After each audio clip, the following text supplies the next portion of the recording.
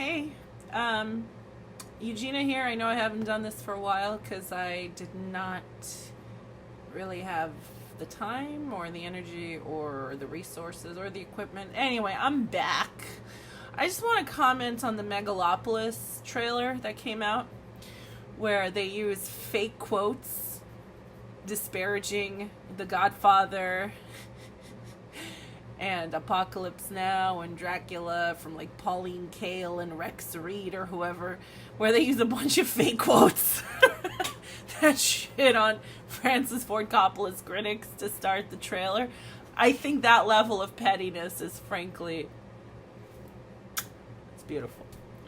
It's very Italian. It's very messy. I don't know if he had a part in who made the trailer, but it feels like he would have because it is kind of his darling baby. So if that's the level of pettiness he's operating from, God bless him. Megalopolis is one of those events for me that feels like a cosmic film event where I know it's going to become who I am for a few months at least.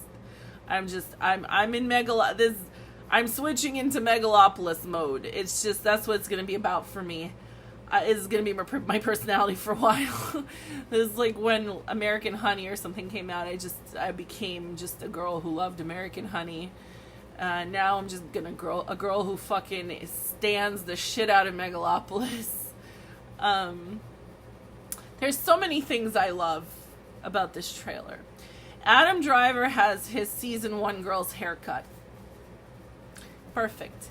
Adds to the whole je ne sais quoi of the whole of the whole operation. Shia LaBeouf is playing what appears to be some kind of non-binary communist community organizer. Seems like something like that, like a low-level political apparatchik who's queer or non-binary or they them or whatever he is.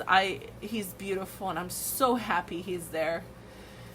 That for me alone. The cast of Midnight Cowboy is present and accounted for. Jon Voight, Dustin Hoffman. You cannot cancel Dustin Hoffman.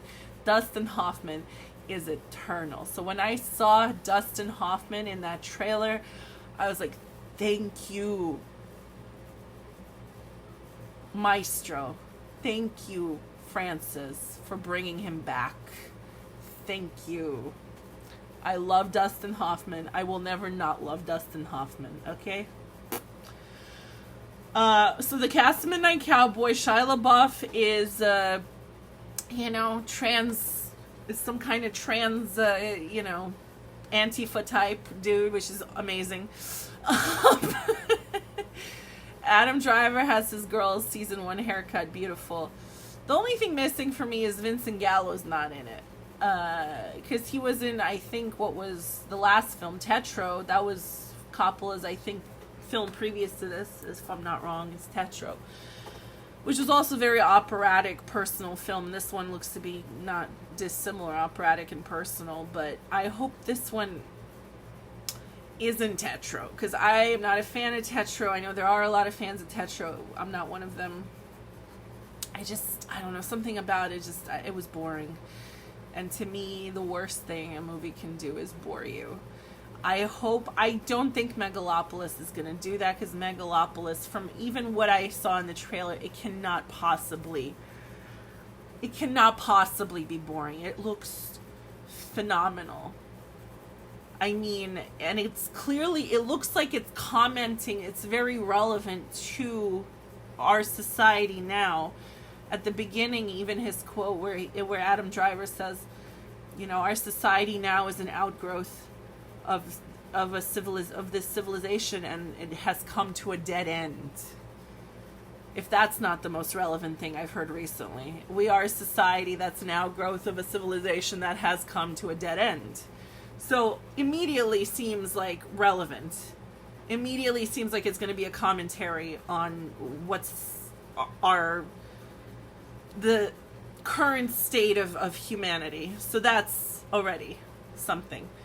And I don't know the politics of Francis Ford Coppola. Probably a liberal, what I'm assuming he is. but he's still an artist, and an artist has to always go against the grain of whatever is morally, socially, politically acceptable in their time. So I'm assuming, and despite his liberalism, he is giving us a few hot takes in this. I'm assuming he has to, because he is a fucking artist, a beautiful artist.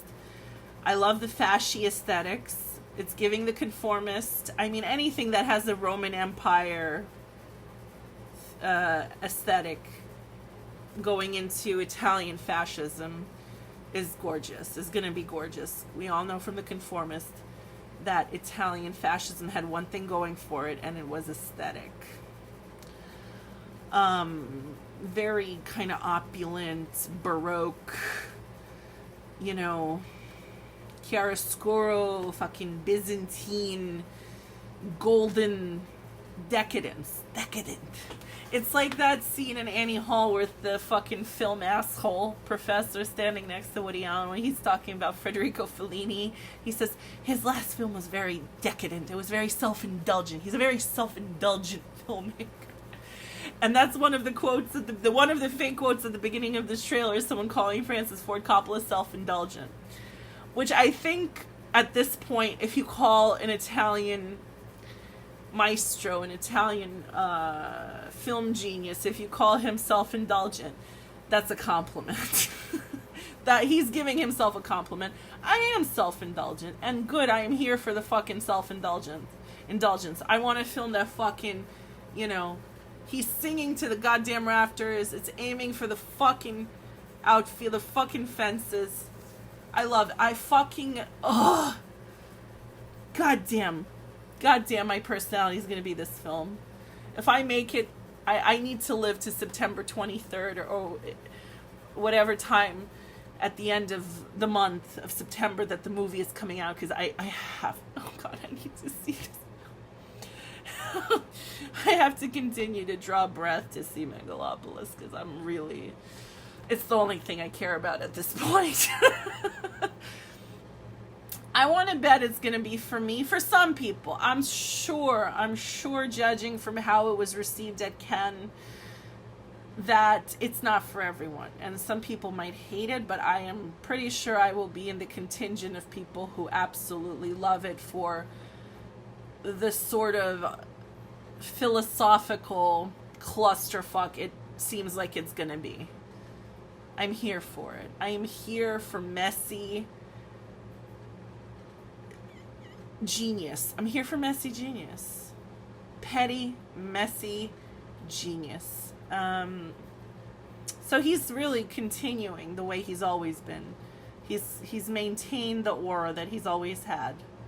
I mean, it's what, again, the trailer referencing that his previous films were shit on for being like, you know, too much. Basically that he's too much.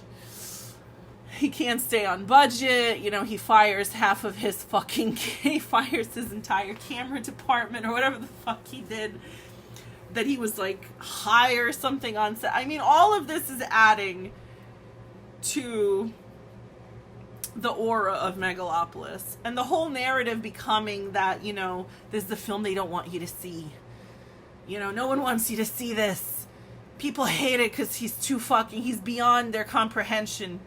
I love the narrative. I hope it sells the film. I hope people go see it, because I think it's going to work. I think the sort of messy kind of scandal they're creating about Megalopolis, I think that's what's going to sell the fucking movie. People are just going to be like, well, okay, the guy who made The Godfather, people are saying shit. Let me go, I'm curious, you know?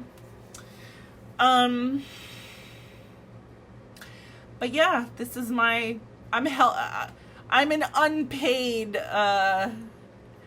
unpaid marketing person for Megalopolis. So yeah, you're welcome, Francis. I love you.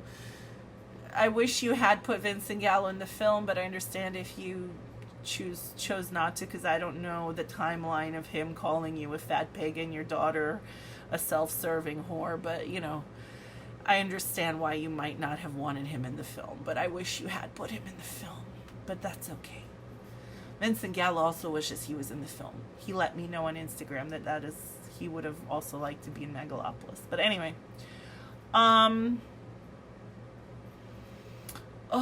Aubrey Plaza looks good. I mean, the whole film looks just, goddamn, I love when a real movie comes out.